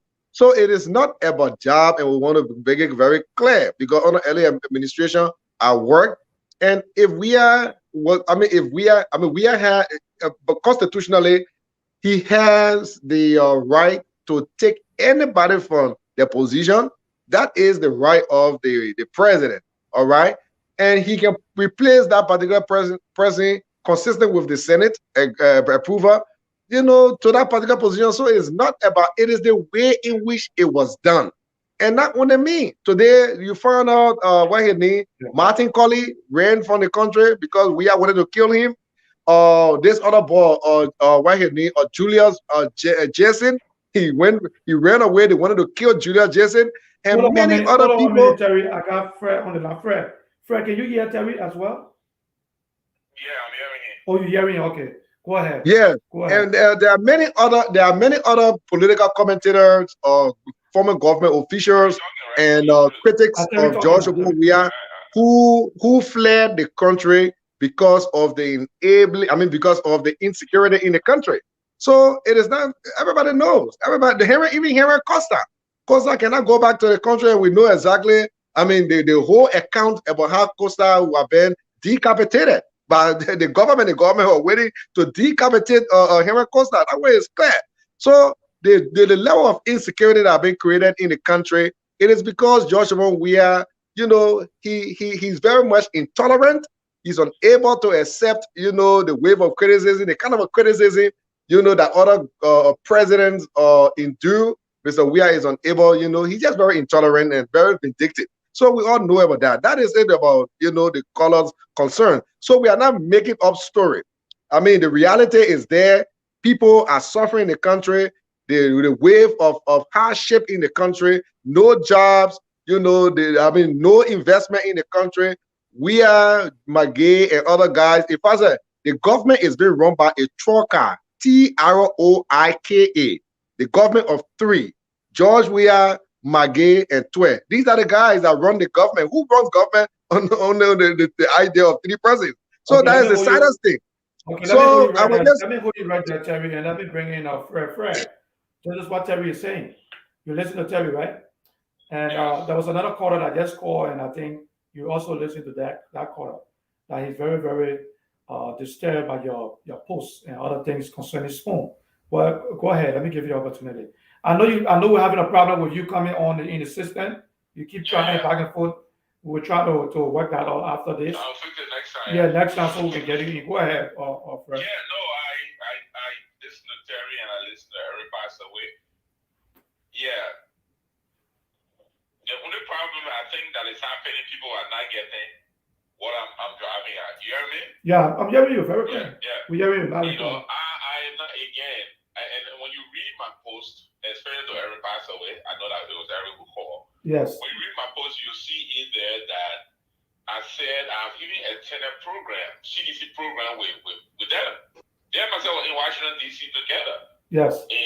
With one couple of places together, and they all, they come like, they come like, and again, I can't control how they want to do their thing. It's just an appeal. My post was like an appeal. If you have this following, because these people have a huge following, and I know that if they announce, we're going to the ANC event, people want to hear from them. People will think that, they're going there, at least since we are not there, we'll see this, the program through them. I know this coming Saturday they will be in Minneapolis at the CDC inauguration. The newly elected chair of the CDC USA is being inaugurated this weekend. I know they will be there.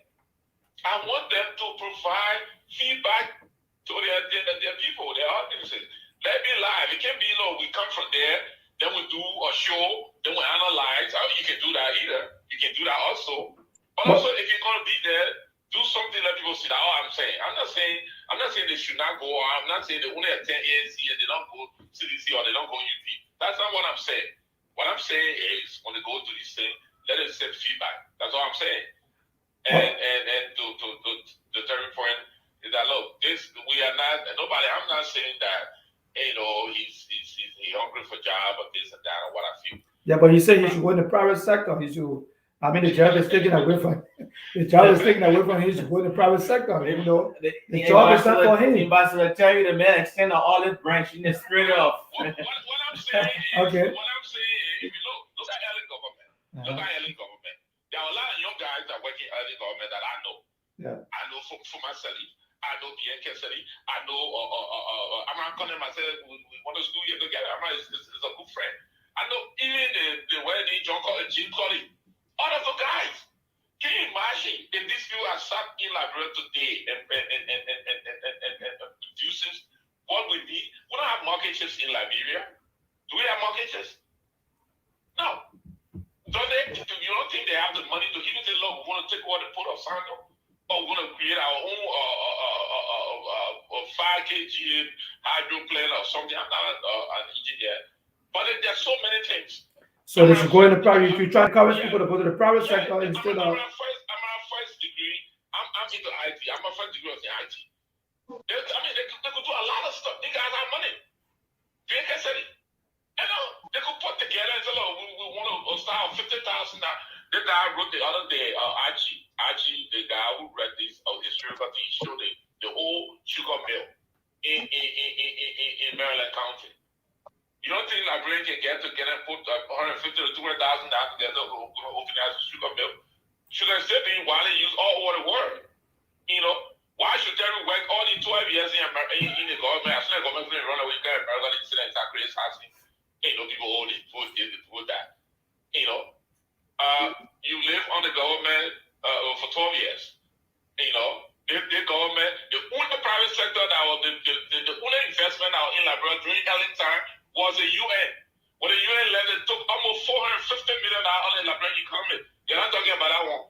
How many investors you brought in the country that were there? Misinformation, bro. Because George came to power and because of his and I want my friend, Amara Connector, I got there. What was it? Where did you leave the Liberian economy? What was the health of the Liberian economy when you left? These are things we're supposed to talk about. Young guys get crazy. But Fred, let me ask you one question. Fred, can I ask you a question? They're taking care of us. Fred, can I ask you a question? Fred, let me ask you one question. Can I ask you a question? Logistics from the police. Or were they there? Immediate job then they saw all of them. But let me ask you something, Fred. Let me ask you something. According to the CDC was the alternative, and they had a better solution for. Thank you. For what Eddie was doing wrong. Now they are in the driver's seat. So all the other things that I noticed that folks always say, oh, when the other people was there, this is what it did and so thing.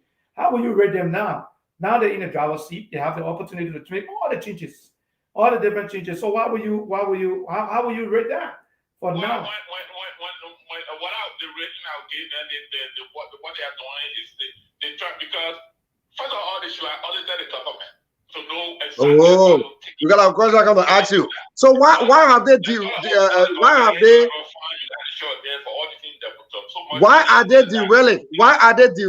on the auditing of the government? Why? So instead of them coming in to audit the government and know exactly to give themselves that clean slate to know exactly what they're picking, they do that. So, but why do you think that they're not audit Ellen Jones selling them? They're picking up a little bit. They're picking up. Why do you think we're gonna pick it up? The government is dead. Somebody picking up. Now they're talking about you. You believe that to be realistic, right? You believe in that? It's a budget, yes. If the finance minister says he sent a $7 million budget to the guy, and they're very new thing. When somebody came here and he went to Washington D.C., I don't know what that government is. That budget is highly an indebted budget. The budget is on debt. Hold on, Terry. I'm not going to finance minister. If you heard that when Boyka came here, there was a demonstration. Did you listen to Boyka Kamara yesterday? Boyka Kamara. Vice President. I stated that demonstration. Liberia going to pay a lot of money. Let me hold you there, Fred. Let me hold you there, and let me come to the ANC brother in the studio. I listened to Alexander Cummings, right? Mm-hmm. And he spoke, and after certain time he came back. He said when it's come to, I think we're talking about the economy and other thing. Yeah, he said that's my area. Mm-hmm. So looking at the situation in Liberia, and Fred is talking about how the early administration came in, and there's a whole lot. Yeah. Okay. The we administration, let's be honest, there are a lot of things that were taken away from them. Mm-hmm. Okay. Home left. Mm-hmm. Okay. And if you really sit and look at the early administration, there were a lot of things that a lot of default, a lot of things that didn't happen. Okay. Yeah. We are coming in, like what Fred is saying, they didn't do the auditing. That was one of the key things they're supposed to do. Yeah. Okay. Now look at all the corruption, a lot of corruption from the early administration. We are coming in and they got into something where they're in a big hole. Now, what Mr. Cummings was saying that, oh, that's my area. So what would you say a Cummings administration? What do you think is going to happen? Well, let me just say this. Well, you have a finance minister in Sonia Tuet who espouses philosophical platitude. That's a big word. Instead of ready, so you want to break things down a little bit, okay? Instead of ready, being akin to, adopting austerity measures and engaging in a workable plan of action. Now, actually, resuscitate the Liberian alien economy. Okay. We know for a fact, you don't have to be an economist to know that all indexes indicate that Liberia is falling. You understand? You're talking before the we administration came. No, right? currently. Okay, no, Currently. before they came in, I will you know pick there it were a lot back. of challenges. No, I will pick it back to Lrtn. I'm just trying to give you the current. Yeah, because you know people beat on the we are administration. I want to be fair sometimes. I understand that. I mean? Yeah. I'm aware that during Lrtn, there was substantial debt forgiveness. Okay. And there was almost $3 billion in direct foreign investment. We saw, I thought of Mattel Steel came in. I hope I'm pronouncing the name right. Yeah. And so Sammy Darby and all the different companies came in. And then we also had the presence of Unimil. So it is fair to say that the foreign reserve or the foreign exchange rate in the country was fluid to the extent where the government could have done more. But I cannot really quantify anything to have that contrast. There's a background noise I'm hearing. Yeah. But this is why I would say, the CDC ran on a change campaign. Yeah. Right? And when they came in, George Wilford, State of the Union speech to the country, right? You call it State of the Union speech. Yeah. He said the government was broke. Well, any responsible government, what he would have done in the first place was to order the past government if he felt they were corrupt. But we couldn't do that. Because Fred just alluded to that. So that was because part of the arrangement, we all know that we have ascending to the presidency, was the help from the political Maradona in the person of Ali Salif. For him joining him. We don't know about that yet. Well, that's what I said. That's my opinion. Yeah. Whatever I'm doing here is my opinion. Yeah. It is not the official whatever. As far as concerned, the election was free and fair. It was free and fair. It was free and fair. Yeah. But it doesn't help to have someone who understands the political variable in the person of Ellen Johnson Sirleaf.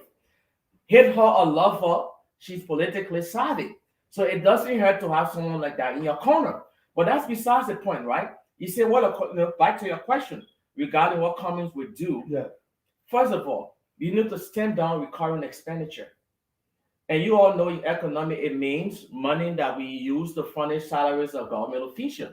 And the bulk of that goes toward, the lawmakers, the legislature, and other things. And now you're telling me, it is a constitutional prerogative of the House, to set spending and to cut, to determine how the government money is spent. On whose regime those up, because in fact, this present salary we have in Liberia now, before the harmonization, on whose regime they came here, why you think it went through the way it went? That's why I wanted you to, Fred, let me land. I got a question on that too. Let me land. Yeah, go ahead. We have a unitary state. Is democracy in the words in itself, but in actual practice, we don't have a democracy. The president wields considerable power. We know that. We had a referendum during the last, not this going by election, but the election that brought in, some senators from opposition political parties. A referendum on the table that could have stemmed down the term limit of not just House members, but also the presidency, and also to institute austerity measure to stem down recurring expenditure. This was something that was the brainchild of President Weah and the dual citizenship, right? He didn't push it because what it was a political move to say that, the president is doing something about it. He didn't. So it failed miserably. So what Mr. Cummings would do specifically from day one is to make sure that we have that referendum, the citizens, because everything that's going on now, the people are okay with it. All of the perks, all of the salaries, all the different things that they are receiving, they don't want to give it up. So if we have a referendum that will even made from the president, supported by the executive branch of government, it goes towards election time and the people vote towards it, will stem down recurring expenditure. That will help. You cannot have a ministry where you have a deputy and the deputy to the deputy. They're all collecting salary. And the deputy making this, the executive branch. That's happening right now in the president. Of course, and it's not just the CDC. The harmonization and all the cutback and all of that. Well, harmonization right from where? What is the harmonization that is said the harmonization was intended to pay you based on your experience? Okay, I get that. You understand? But the pay is not forthcoming.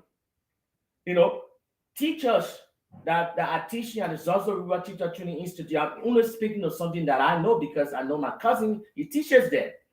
That dude hasn't taken pay for 2 months. He teaches, he said, well, he teaches rather at the Zazzle River Teacher Training Institute. That's in Feasible Lofa County. The dude hasn't taken pay for 2 months. You understand? So what good is the harmonization when employees, government workers are not taking pay? You see? So you see all of this, and it all boils down to, the way the government prioritizes spending, and if you're prioritizing giving, insane amount of money to government or lawmakers, and then leaving the common man on the side, that is not harmonization. That is not practical economic policy. And as a consequence of that, the people suffer. Okay, so let me hold you there. Let's take our first break, and we'll be right back. Fred, hold on on the line. We'll be back in a few minutes.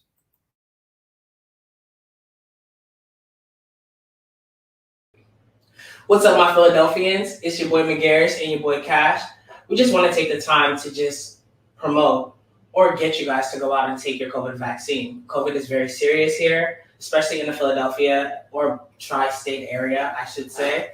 Please go out and take your vaccine. The CDC has just released new guidelines that people who are fully vaccinated can go into areas without wearing masks. I'm sure you guys want to go out and have a good time, and it's summertime and we are all outside. So definitely do your due diligence and go get your COVID vaccine. Yes, sir. What the man said, that's true. It's real, man. Go out there and get your bikes.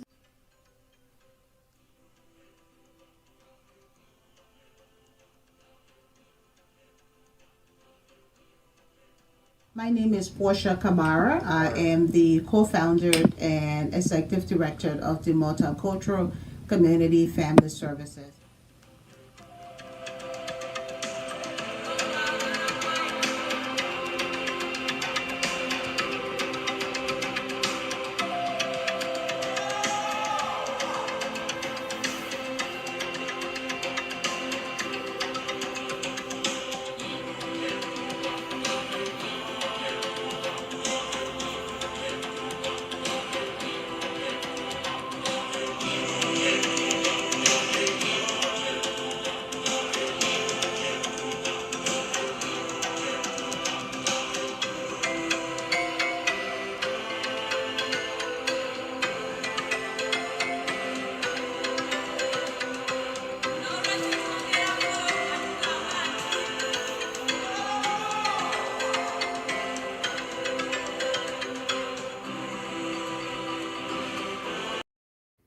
Okay, and we're back.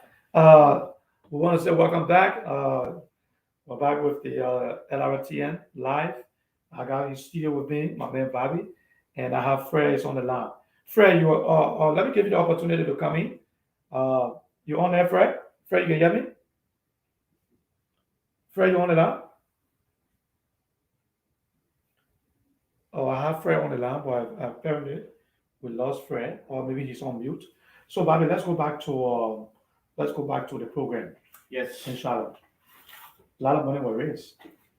exactly. A lot of money was raised, Yep. and people have major concern. A lot of major concern. There was a lady that asked a question about to Mr. Cummings concerning. She said she always voting for politician. Mhm. She took part in most of the political parties and stuff, Exactly. but at the end of the day, they lie. Mhm. And they will end up going to Liberia and will start doing the same old thing. So she was asking Mr. Cummings that, why should I trust you? Why should I believe in you? Mhm. And giving my vote to you? And Mr. Cummings asked the question. You listened to that, right? Mhm. What was your take on that? I think she was being fair. I would say this. Mhm. Let me talk to the audience. So I have my own reservation about politician in general. Yeah. By the way, I will say this, right? Men by nature, we are political being. So when you engage in politics, you're not being a politician. It is part of your DNA. Okay. St. Paul, let me be a little biblical here. St. Paul, in his anthropological analysis of man, Yeah. he said a man was a social man, a political man, an Yeah. economic man, Yeah. and of course, a political person. Yeah. So if you espouse or engage in politics, you are only doing something that is part of your DNA. Yeah. And unfortunately, not just in Mr. Cummings, the ordinary person, you know, are just they don't really trust politicians. Sorry, I'm kind of choking a little. They don't trust politicians, and there are track records of politicians lying during the time of election. They embellish to try to get the vote, and then when they're elected in office, they do the complete opposite of what they said they were going to do. This is why Mr. Cummings is different. I'm gonna say I had asking reservation. I asked him. Okay. I said, Mr. Cummings, you have all the different contacts, the Cummings Foundation. You work for Coca-Cola. You have so many millions of dollars, and you say you have all the contacts. Why can you prevail upon these people? You see how your people suffering. I know you have the African Cummings Foundation. They do a little thing here and there. Well, by the way, they do an excellent job, right? They contribute a lot, but that's another story. Why can't you just make the people come and make the country better? And in typical Cummings fashion, because whenever he asks him critical questions, he buffers. Before he answers, he doesn't shoot off the cuff. He said, what's your name making? I said, Bobby. He said, you know what? I'll tell you this about the Western people or the white men, for lack of a better term. They will love you to a certain extent. If you guys are friends, they'll give you certain things to help you. But if you now hear of something that they can do a major investment, they won't do that. He said that's the reason why I wanted to be president. Because people know the president in Africa is not a here in the Western world. The president wields considerable power if he's the heir. This is a democracy. We all know lawmakers are rubber stamp. They don't serve at the will and pleasure of the Liberian people. They serve at the will and pleasure of the president, the brown envelope or whatever it is. So the executive branch, unfortunately, is not even the first branch of government. The legislature, yeah. So they are the third branch of government. They enforce the laws that are made by, but unfortunately in African countries, it is the other way around. The executive become the first, second, last, and whatever. So whatever the president says goes. So Mr. Cummings answered that question in a way that almost the way he answered mine. That, I empathize with your reservation and some of the frustration you went through with regards to politicians not delivering. But this is why I would say to you, together, you and myself can work together. Cummings will be a different person. Number one, in true Cummings fashion, he's not going to take salary. He said we should give him 3 months.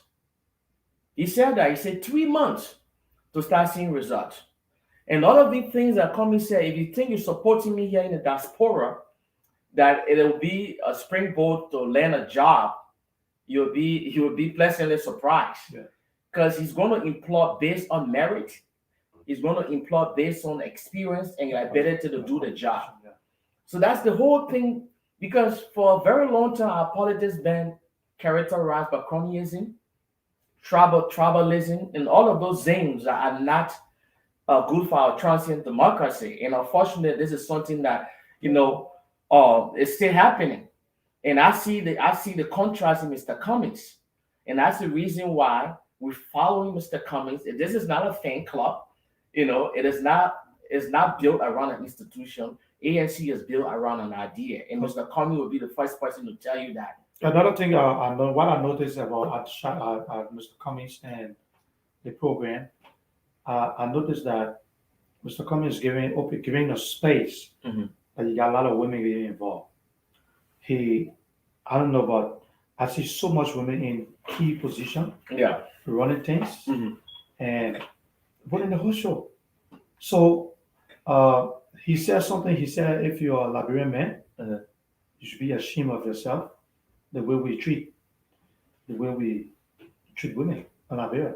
What would you say to that? Well, you heard that. I didn't hear that. But this I know about Mr. Cummings. We all know from living here in the United States, and not just here in the United States, all women are underrepresented in so many different areas. And they are not paid, and they are just as educated as their male counterparts. So Mr. Cummings is keenly aware of that.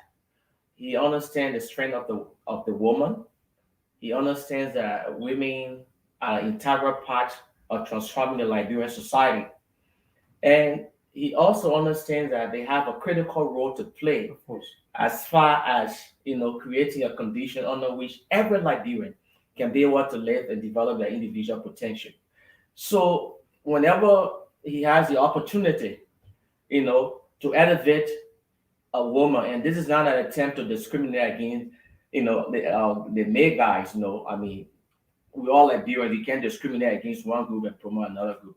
But because he understands the underrepresentation of that segment of the population, so he does everything in his power, to empower them. I know that's a double negative. So he does everything in his power to lift them up. So when he sees talent, he recognizes the talent and lift you up. He said, "Look at this person. They can so much do better." And in the last whatever we had in Liberia that conducted by the United Nations, we have more little girls, born at different hospitals than boys. And we have a youthful population. Mhm. And most of the population are girls. And girls' education is not on par with boys' education. Yeah. So if you see that segment of the society and you in a position to really do something to not only promote it but to elevate it, this is something that he really relishes. So whenever he see a woman that has leadership potential, it just really making it feel good about it. And he does everything within his power to make sure that person reaches their full potential. Okay, so we want to say thank you to the audience, and we will have the opportunity to bring in the newly elected chairman for ANC Global, and we have access to most of the officials. We want to sort of shout out to Yasendi, who was very, very instrumental in making sure that we was well taken care of in Charlotte. And we open. Today is just it's right after Thanksgiving, nothing big going on, and I have Bobby in the studio with me. I'm very honored and pleased to have him in the studio. And Bobby, you see the place for yourself. Well, thanks for having me. This shouldn't be the first time, we open to the community. I want to send a shout out to Fred for accepting the information as well. Terry got a little kid that just his son is taken care of. I think the kid just got out. So I want to say thank you for watching and follow us. This shouldn't be the first time. We're going to make sure we bring all the folks in here. We had an opportunity to get Mr. Cummings on the platform. I'm working on that. We're along with Yasendi. She told me that you can happen. So just watch us, follow us, and want to say thank you for watching. And let's keep the fire burning. Thank you very much. Thank you for being on. Well, thanks for having me. I mean, and it was a departing comment before we can shut down. Well, thank you so much, Mr. Anderson. I had to look at the paper. I keep calling you Prince. I want to be more people formal. call me Prince. The guy, a playboy near a government name. So I had to address you in official capacity. Yeah. Well, thank you so much. I mean, this interview has some degree of respect to my personality, and I'm grateful to that. I already get over 15 friend requests. But no, on a serious note, thank you so much. Yeah. It was a light interview, and like I said, whatever I said here is not an official statement of the Lrtn National Congress. I'm just a partisan, and just came here to spew, engage in a countless diatribe. So I'm hoping that nobody will take this other content and did what the ANC said. But it was certainly a pleasure having me here. I had a good time. And to my fellow panelists, because of prior engagement, they were forced to leave. I enjoyed the interaction. And let's do this again. Thank you so much for having me here. Okay, so to the audience, we want to say thank you for watching. And I mean, that's how we do it,